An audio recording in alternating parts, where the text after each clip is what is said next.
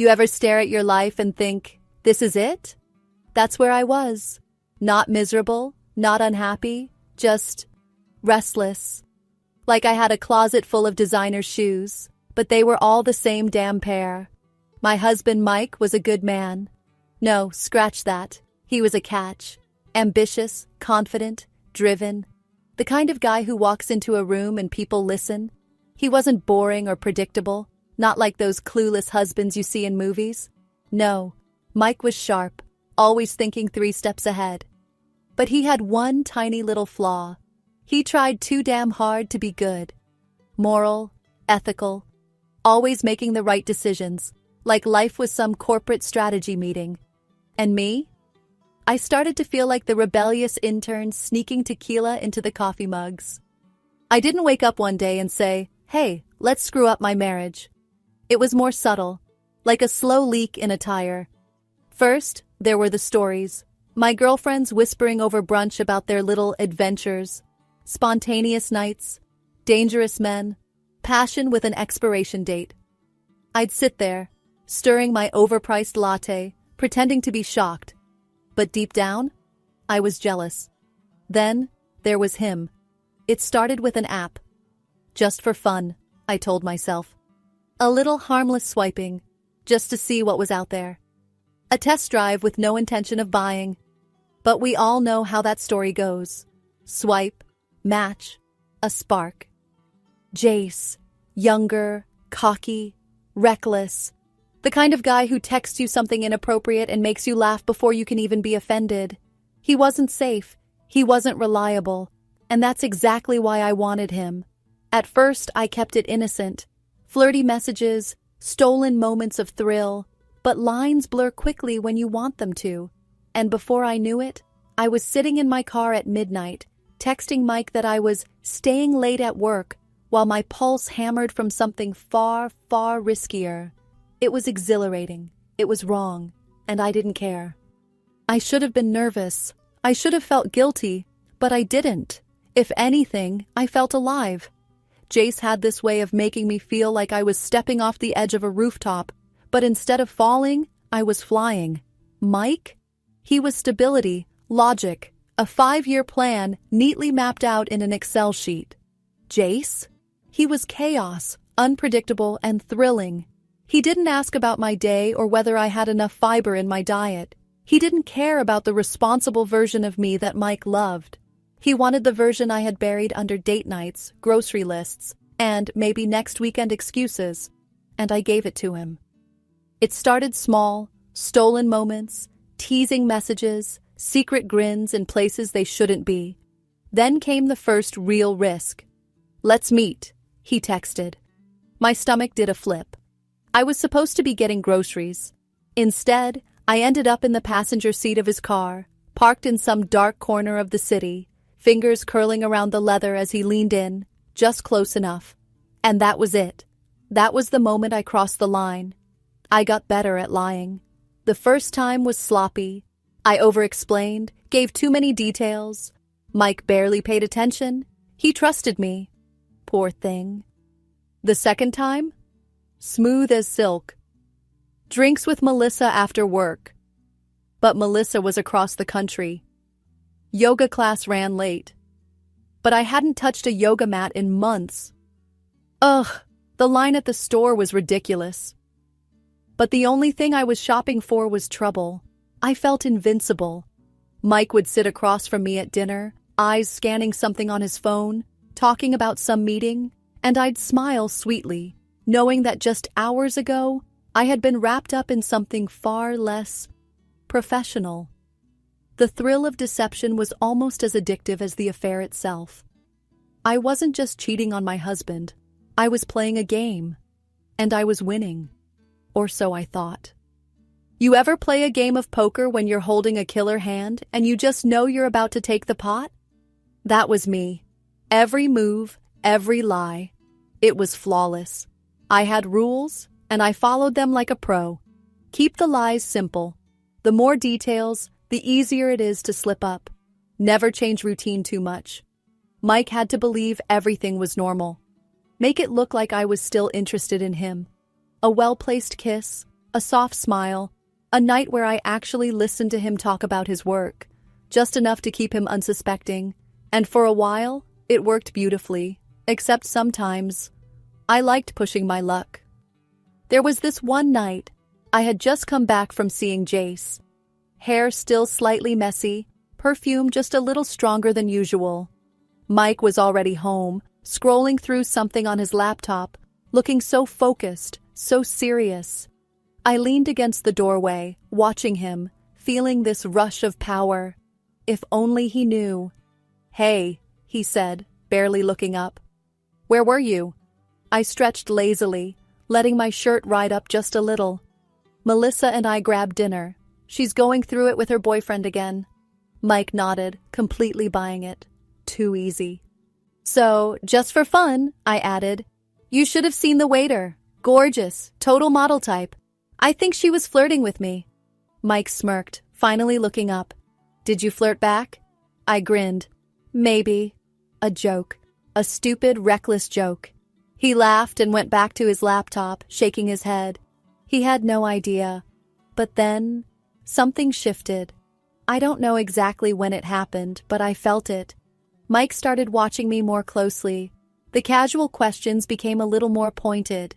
The way his eyes lingered a little too long when I got home late. One night, as I curled into bed beside him, he murmured, "You've been different lately." My heart skipped a beat. I played it cool, laughing softly. "Work's been stressful." A pause. Then, "You sure that's all it is?" My breath caught for just a second, barely noticeable, but I swear he felt it.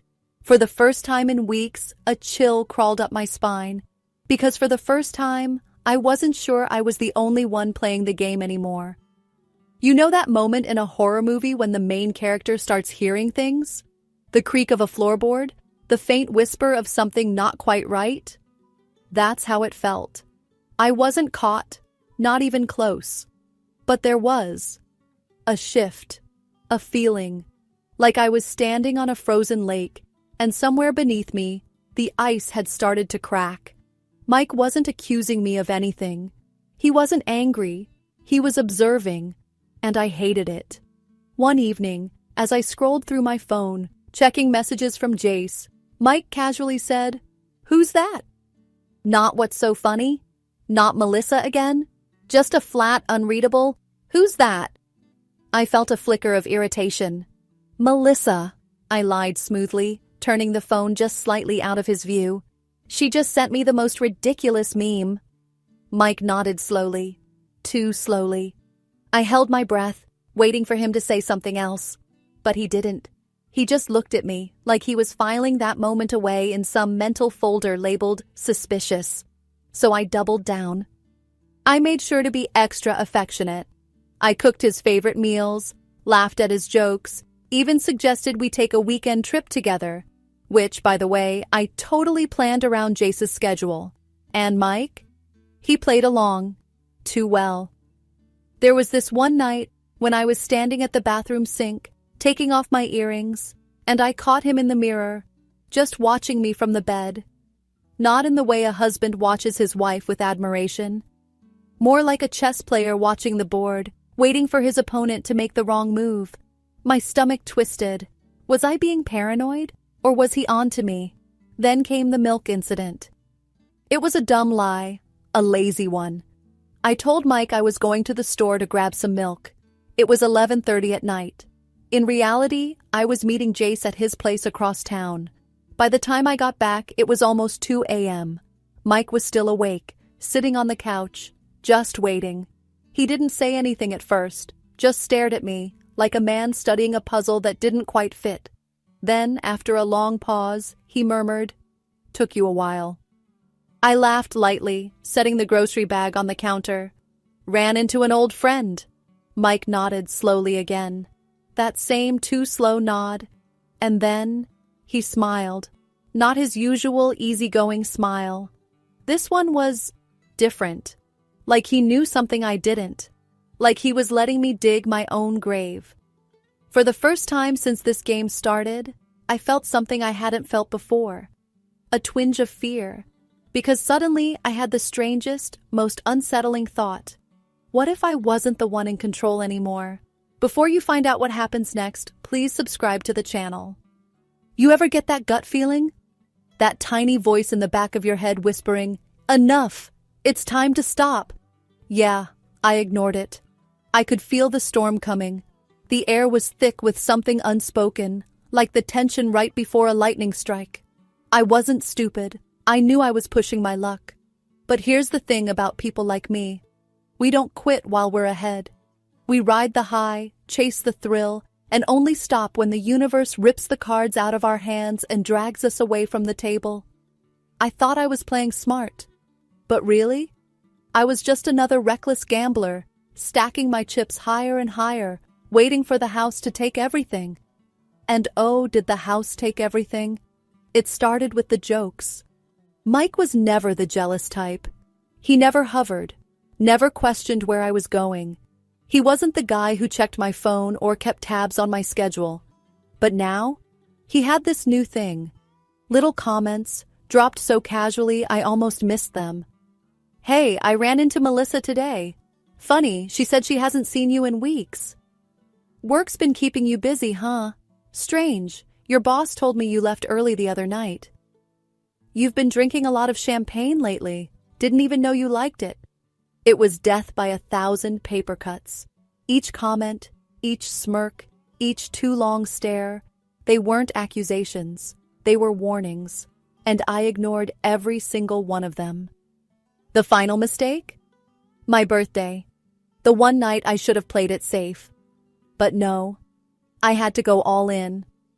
I convinced Mike to go out of town for the weekend, told him I wanted to be alone, that birthdays made me reflective. Convincing Mike to leave was easier than I thought. Almost too easy. I knew exactly how to play it. Mike loved fishing, camping, anything that involved a tent, a lake, and pretending he was some kind of survival expert. So, a week before my birthday, I casually dropped the idea. "You know, babe, you work so hard, you should take a weekend for yourself. Go camping with the guys, have some fun." He hesitated at first, because of course he did. He was the responsible one. "I don't know, Steph. I feel bad leaving you alone on your birthday."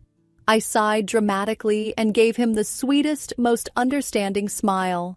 "It's just another day, babe. I don't even want a big deal this year. Honestly, I could use the space to relax." Then I hit him with the real bait. I had bought him a spot on an exclusive fishing trip, some high-end guided experience that had been booked up for months. I even got his buddies in on it, making sure they'd pressure him into going. Some of his buddies bought spots on this fishing trip too. Mike won't be alone, so he doesn't have to think about me. And just like that, he took the bait.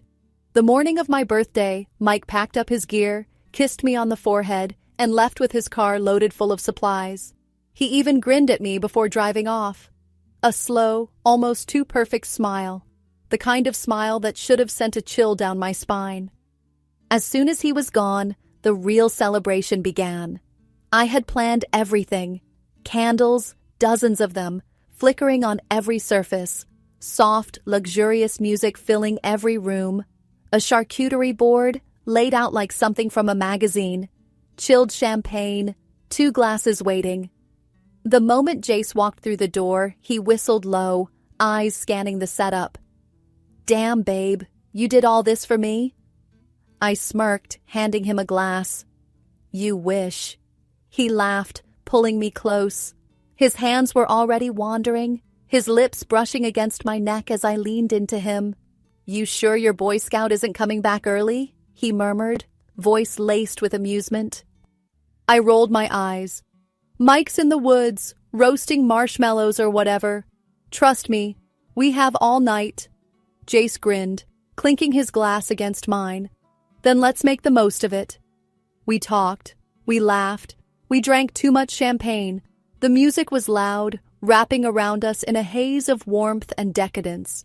Jace had this way of making me feel like nothing else mattered, like I wasn't a wife, wasn't someone's responsible partner. I was just me. Free, reckless, unbothered.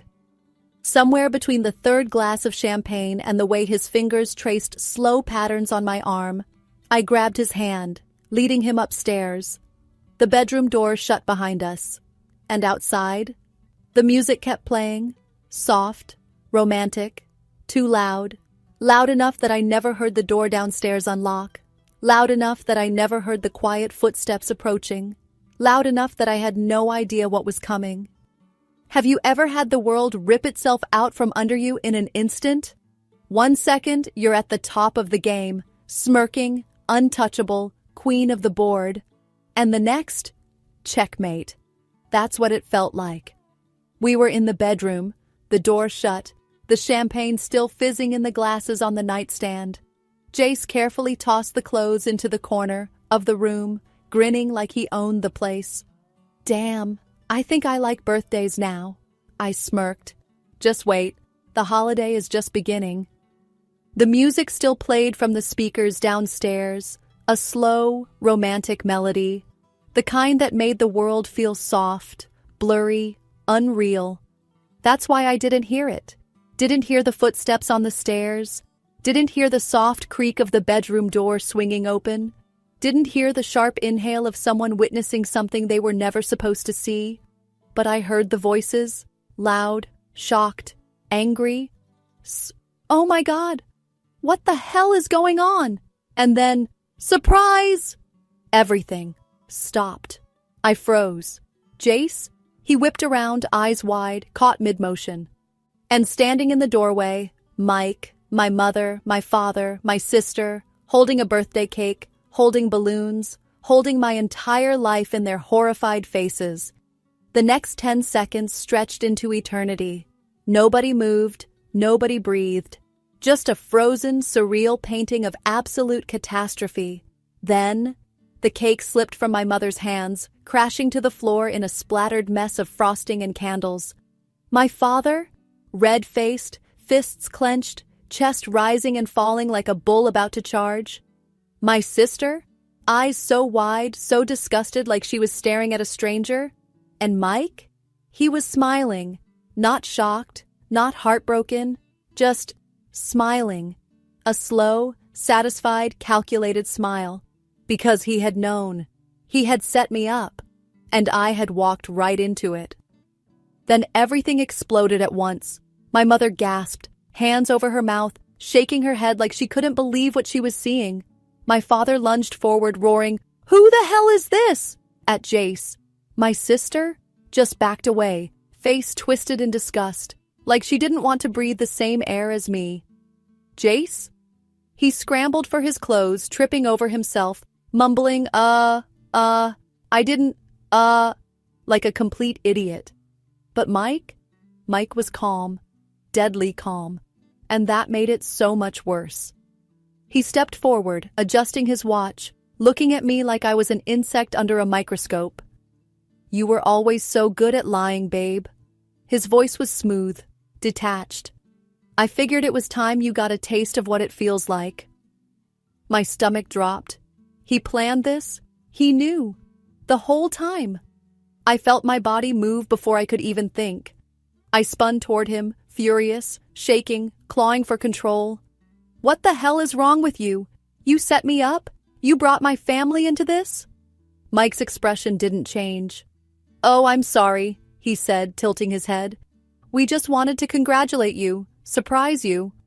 Did you think this night was supposed to be just for you?" The worst part? The absolute worst part? Nobody was on my side. Not my mother, not my father, not even my sister. They weren't looking at Mike like he was the monster. They were looking at me, like I was something rotten, like I was something disgusting. I opened my mouth, to explain, to fight back, to say something, but nothing came out. For the first time in my life, I had nothing to say. Jace, the coward, finally got his pants on and bolted. Didn't even spare me a look, just ran. Like the rat he was. I wanted to scream at him. I wanted to scream at all of them. But all I could do was stand there, chest heaving, face burning, as my entire life went up in flames. And through it all, Mike just stood there, watching, smiling, like a man who had just won the best damn poker game of his life. If hell existed, I was in it. But instead of fire and brimstone, it smelled like spilled champagne and vanilla birthday cake smashed into the carpet. And instead of demons, it was my own family, glaring at me like I was the most vile creature they had ever seen. "Let's go to the living room," my mother finally said, voice tight, shaking. "We need to talk." She didn't look at me. Nobody did. But they all moved, filing out of the bedroom like a funeral procession. And me? I had no choice but to follow, like a convicted criminal walking to the stand, waiting for the judge to decide my fate. The living room was tense, thick with silence. Nobody sat next to me. My father took the armchair. My sister perched stiffly on the edge of the couch. My mother stood near the fireplace, arms crossed, lips pursed. And Mike? Mike leaned against the wall, arms folded, looking completely at ease. Then the trial began. "How long, Stephanie?" My father's voice was low, sharp. I swallowed hard. It's not like you think." "Oh, really?" my sister snapped, eyes blazing. Because from where I was standing, it looked exactly like what I think. "My God," my mother whispered, pressing her fingers to her temple. With some random man? In your own home? In your marriage bed?" I winced. That one hurt. But before I could speak, Mike finally stepped forward, voice smooth, calm, and cutting like a knife. "I wonder how many times she's done this," he mused. "How many nights I was home, completely clueless, sitting at this very table, eating dinner with my wife, while she was sneaking off to—" "Stop!" My voice cracked. My father shook his head, disgusted. "I didn't raise you like this, Stephanie." "Oh, please," I scoffed, finally snapping. "Like you're all so damn perfect?" My mother's eyes flashed. "Don't you dare try to turn this on us. You did this. You destroyed your marriage. You broke this family." I turned to Mike, desperately searching for something, anything that would make him understand. "Mike, please." "Please what?" He cut me off, tilting his head. "Please, act like this was just a mistake? A little slip-up?" His voice was mocking, like he was talking to a child who had broken a lamp and was trying to pin it on the dog. "You didn't just break my trust, Steph." His tone hardened. "You made me into a goddamn joke." I opened my mouth, to defend myself, to fight back. But before I could get a single word out, my sister laughed. A short, sharp, bitter laugh. "You know what's funny?" she said, shaking her head. "The whole time you were out there playing your little games, thinking you were the smartest one in the room, Mike was 5 steps ahead." My stomach dropped. I turned back to Mike. What does she mean?" And that's when he pulled out the folder. Thick, black, set neatly on the coffee table in front of him. "This," he said, "is everything." I stared at it, dread curling in my stomach. "Everything?" I echoed, voice barely a whisper. He smirked. "Private investigator, photos, texts, screenshots." My mouth went dry. "Oh yeah," he said, voice laced with satisfaction. "You thought you were playing me? Babe, I had the whole damn rulebook." My mother gasped, covering her mouth. My father looked like he was ready to punch a hole through the wall. And me? I couldn't breathe. Mike exhaled slowly, almost pitying. "Do you know the best part, Steph?" I swallowed hard, throat tight. "What?" His eyes gleamed. "I already filed for divorce." My world cracked open. I gripped the couch, my whole body suddenly too light, too weak. I had the papers ready weeks ago," he said. "Just needed to pick the perfect moment." Then he grinned. "And, well, I think we can all agree. Tonight was perfect." My mother burst into tears. My sister just shook her head, disgusted. My father, silent, disappointed, done. And me? I had officially lost everything. This was, without a doubt, the most humiliating day of my life. I thought I was playing some grand game, that I was untouchable, that I had control. But in the end, Mike played me. Played me like an amateur. I didn't just lose the game, I got annihilated. Now, I'm alone. The divorce was swift, clean, brutal. Mike didn't waste time. He walked away without looking back. My family? They're there, I guess. But things aren't the same. The disappointment still lingers. Conversations are short, strained. I can feel the judgment in every pause, in every forced smile. And Jace, he disappeared the second the door flew open that night. Not that it mattered. He was never supposed to stay. I did this. I set fire to my own life. And for what? A thrill? A secret? A temporary high that left me crashing down harder than I ever imagined? Yeah, I screwed up. And now, for the first time in a long time, I have to live with it. Because life has a way of teaching you lessons. And trust me, I learned mine. If you enjoyed the story, please subscribe to the channel. I wish you a great mood and good luck.